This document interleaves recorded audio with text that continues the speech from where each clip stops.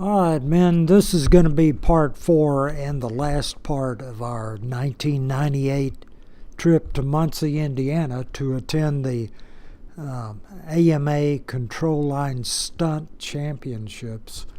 The next little bit of video that I'm going to try to show 4 or 5 of who I think are the best stunt flyers that have been around for a long time.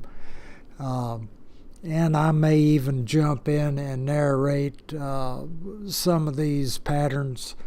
On one, I'll pick a good one and narrate what the maneuvers are and in what sequence. So let's just kind of kick back up here in beautiful Munci, Indiana. It seemed to be just almost on the verge of raining the whole time that I was there. And at night, good Lord, the fireflies were everywhere, millions of them. And it was pretty chilly at night, too. So kick back and let's go. First guy is running a double star engine.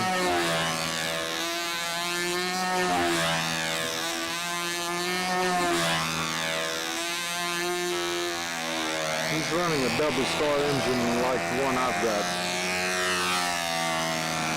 One of my things this morning is I need to talk to him about what kind of a muffler he's using.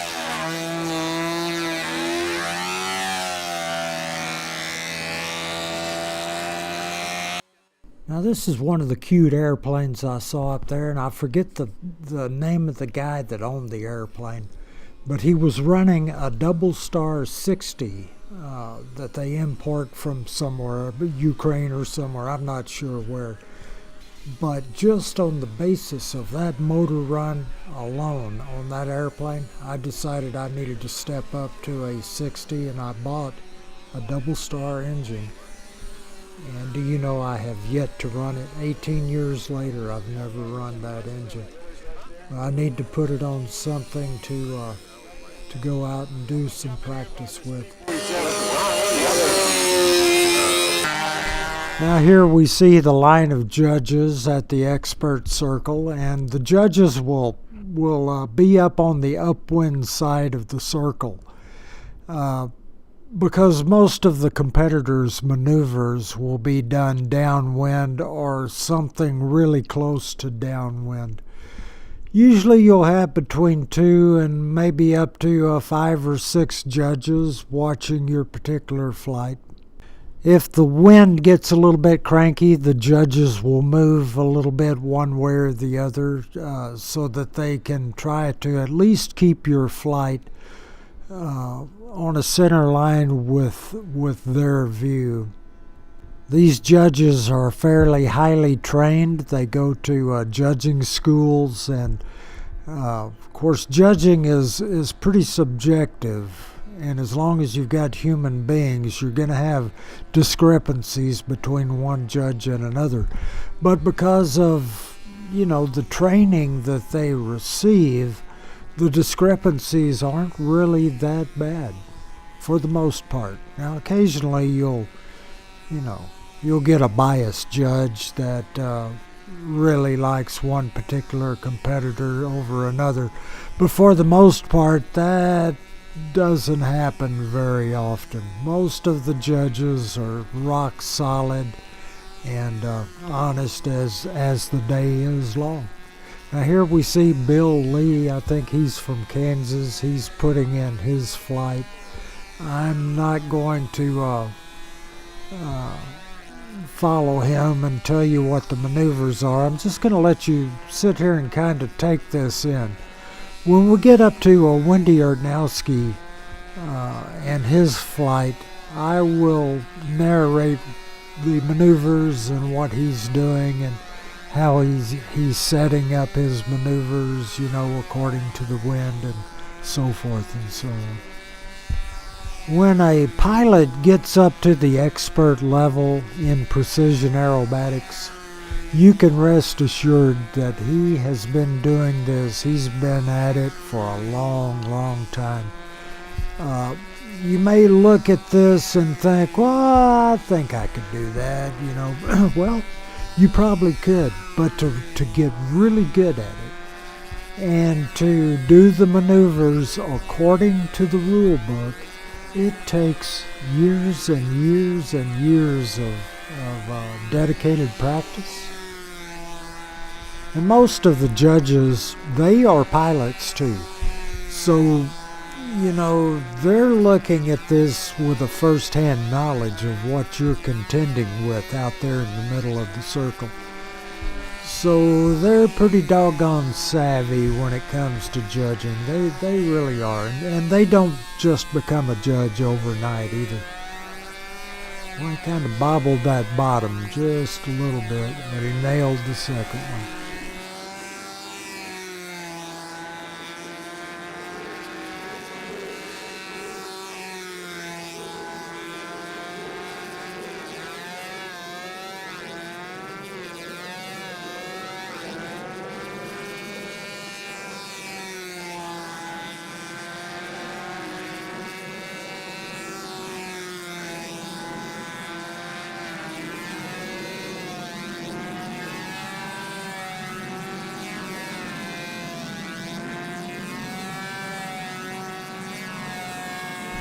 There is so much to learn about becoming really good in this sport that it can be intimidating right there in the beginning. As a beginner, you'll be extremely overwhelmed, and just trying to learn the pattern, good Lord, you're going to tear up a couple of airplanes. And anytime you crash an airplane, that's a heartbreaking thing. Especially if you built it. Nowadays, a lot of the sport flyers, the trend is to go buy one almost ready to fly. But in precision aerobatics, there is a builder of the model rule, and you'll lose points if you're not the builder of your model.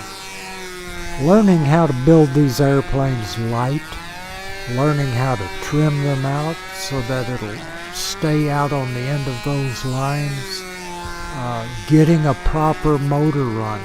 There's just 1,001 different things that all converge together into one stew pot, and if one is off, the others are going to be off. And that's one of the most fascinating things about this sport is you can do it all of your life and you'll never learn it all. Now, I suppose there are probably some people out there that think they can't learn anymore, but trust me, if a guy is honest, and I've talked to expert flyers before, they've told me that even at the level of proficiency that they are in, they can always stand to get a little more polish, and they can always stand to learn a little bit more, figure out a little bit more of a trick to handle the wind, and just hundreds of thousands of little things that can throw your game completely off. I'm almost ashamed to admit that I can't remember this fellow's first name. His last name was Barron, and he has won the Nationals before, but I think soon after this, if not this particular year, soon after this, he succumbed to cancer and passed away. But he did win a Nationals before that happened.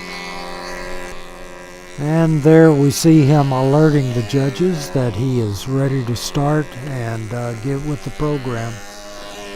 So, I can't remember it. I need to pull out the rule book and look again.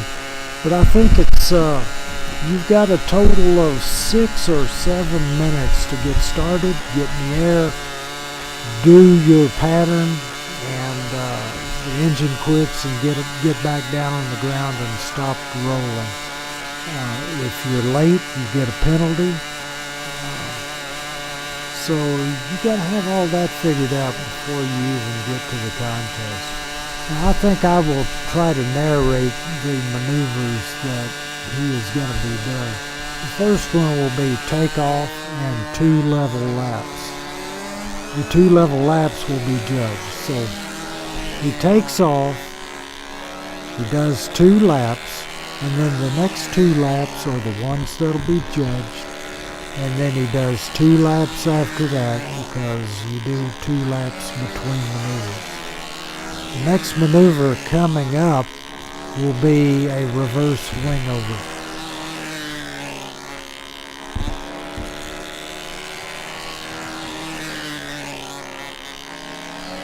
This guy is pretty good. Okay. Not a bobble. Well, maybe he bobbled the bottom just a little bit. Pulling a good tight corner.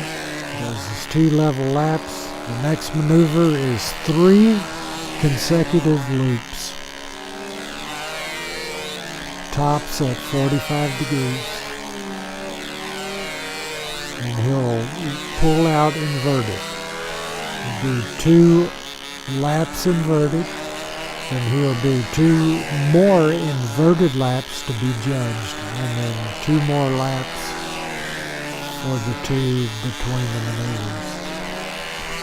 The next maneuver coming up will be 3 outside loops.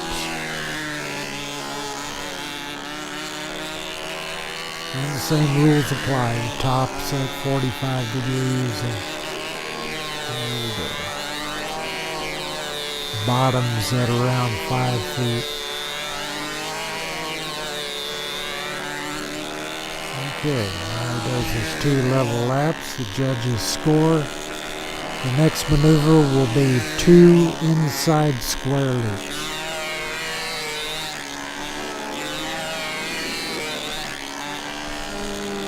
Two level laps, and he'll climb, and the next maneuver will be 2 outside square loops.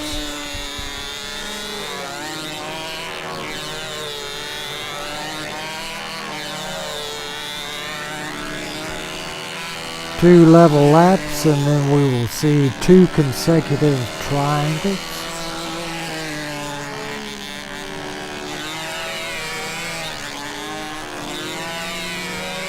I love watching the triangles.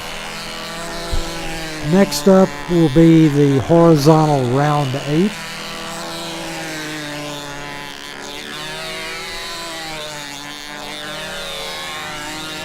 And you do two of them, one right on top of the other. And he's judging laps, and then he will do a horizontal square 8. Do 2 horizontal squares.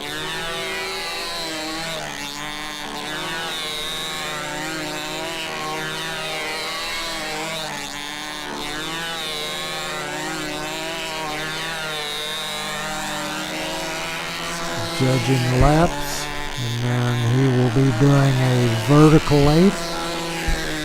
This will be 2 consecutives also.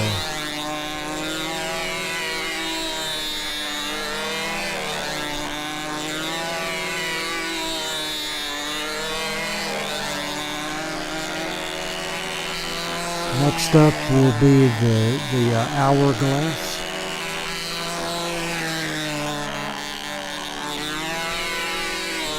This is a pretty tough maneuver to master. Next up will be the overhead 8.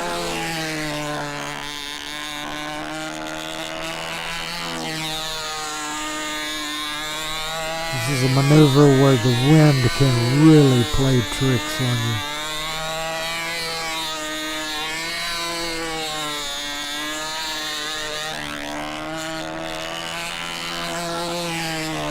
Alright, next up will be the 4-leaf clover.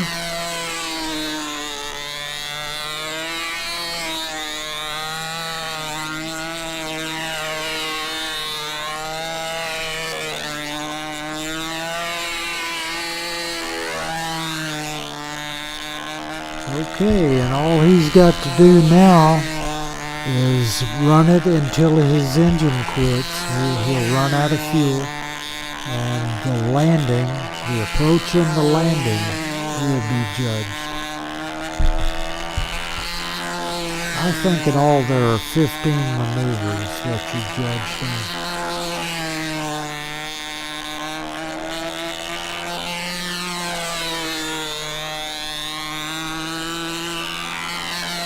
Trust me, getting a good landing in windy weather with your peers looking at you and you're nervous as an old clucking hen, it's not that easy to do, boys.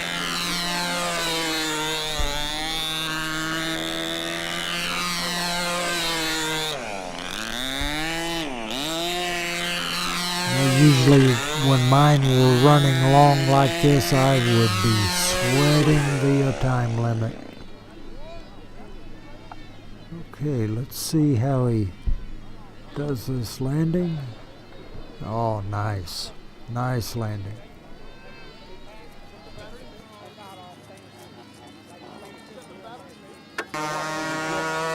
This is John DeTavio. I don't think I got his complete flight.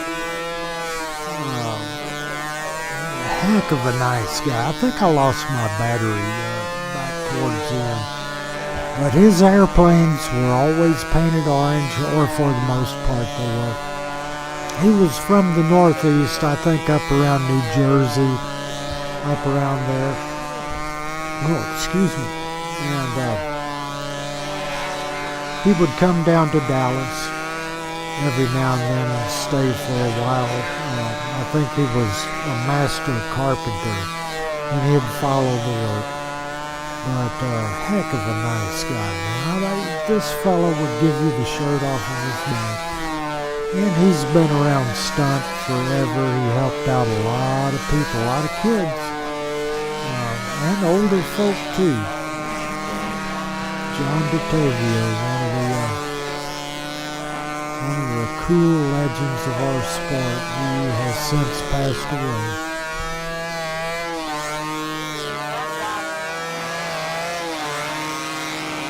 You know, it's absolutely amazing at the level of noise at a contest. It just vibrates your ears constantly. Of course, with the control line stunt going on, in other circles, they may be running speed events, races, whatever.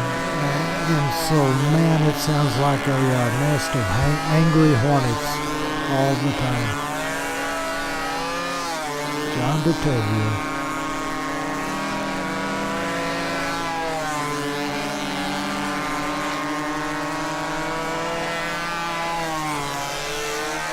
Nice takeoff. Here we have Frank McMillan. He was the president of PAMPA at the time. It's the Precision Aerobatic Model Pilots Association, and it is in existence specifically for control line stunt. It's a good organization. They put out a really nice magazine every 2 months. Well worth your effort if you're bent this way to join PAMPA.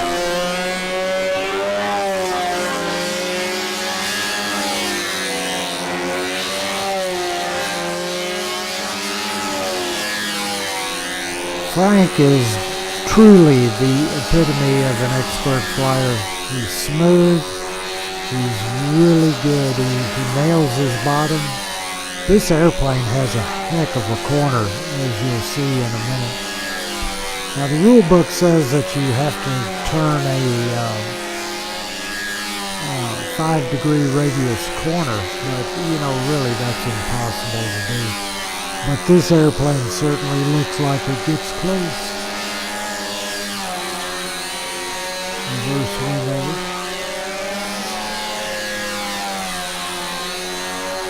Pretty nice corner. You see how tight that bottom was?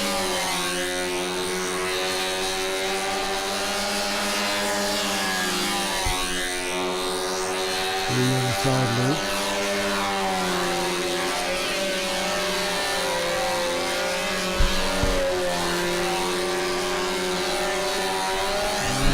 Inverted flight.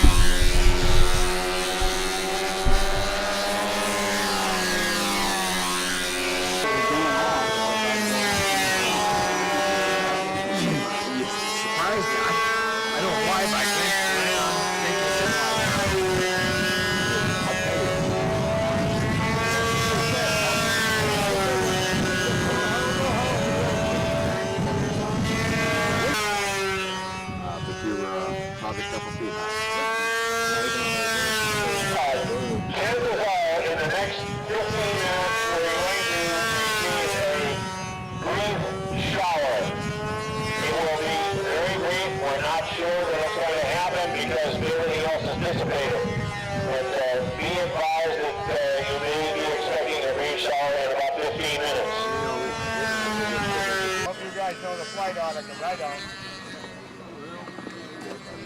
Think they took the board? Yeah. I don't know. He might have gone and get something to eat. I don't know. I don't see him anywhere. I don't see him anywhere else. So he might be over. Yeah, he might be over to the eating tent. But you guys know the flight honor. And this guy are out.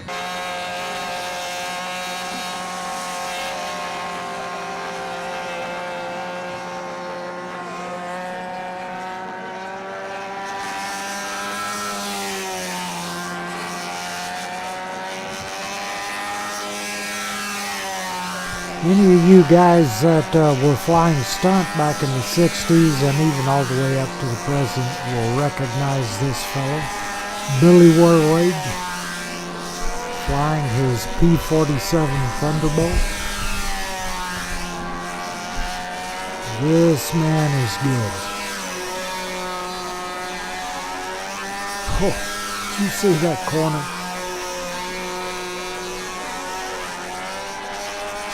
Was a little softer corner there, but man, he hammered that one.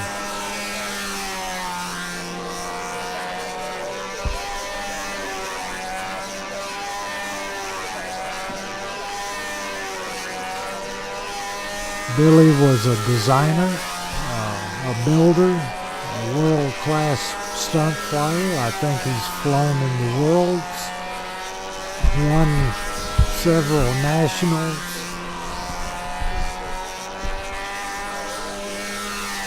Published a lot of different designs.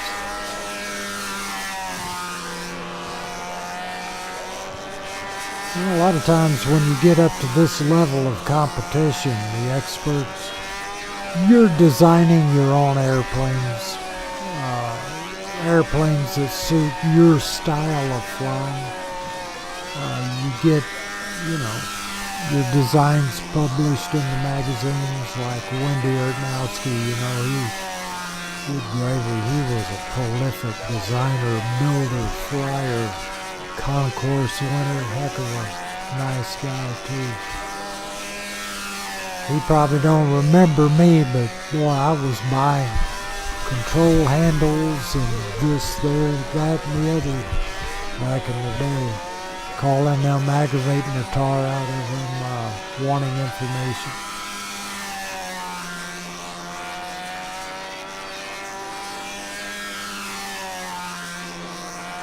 Billy Warwage, he designed the Aries.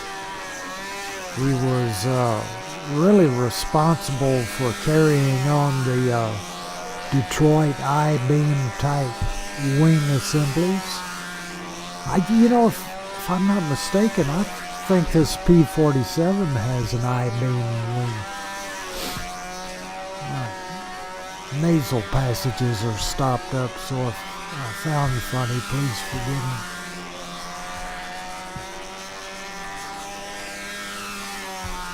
Semi-scale stunt is cool. Man, I love that stuff.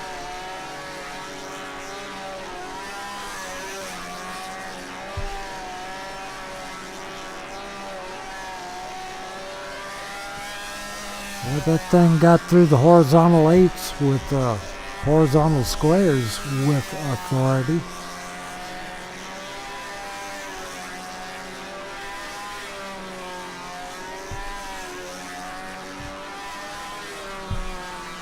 It's a vertical 8 right there.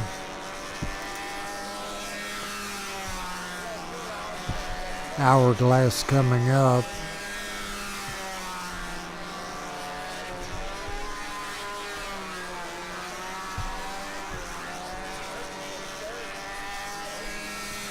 Overhead 8 coming up next.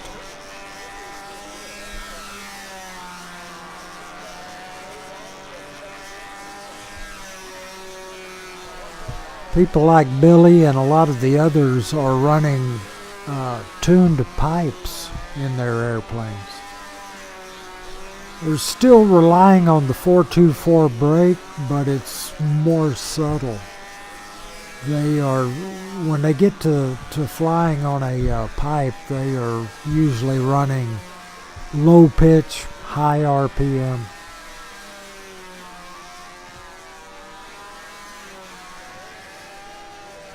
This was a good looking airplane too, up at the concourse, at that armory where they held the concourse judging, appearance judging.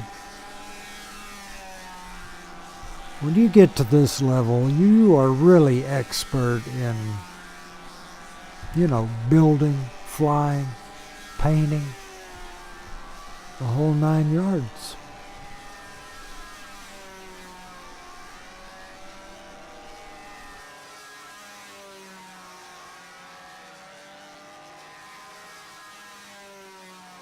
Well, that's going to wrap up this little offering. This is part 4 of the Munci Nationals 1998. Boy, I had a really good time going up there and, competing and then just hanging around and watching the experts fly. It's great stuff. If you ever get a chance, go see it. You'll be glad you did. Well, as always, fellas, thanks for watching. Stay tuned. More to come.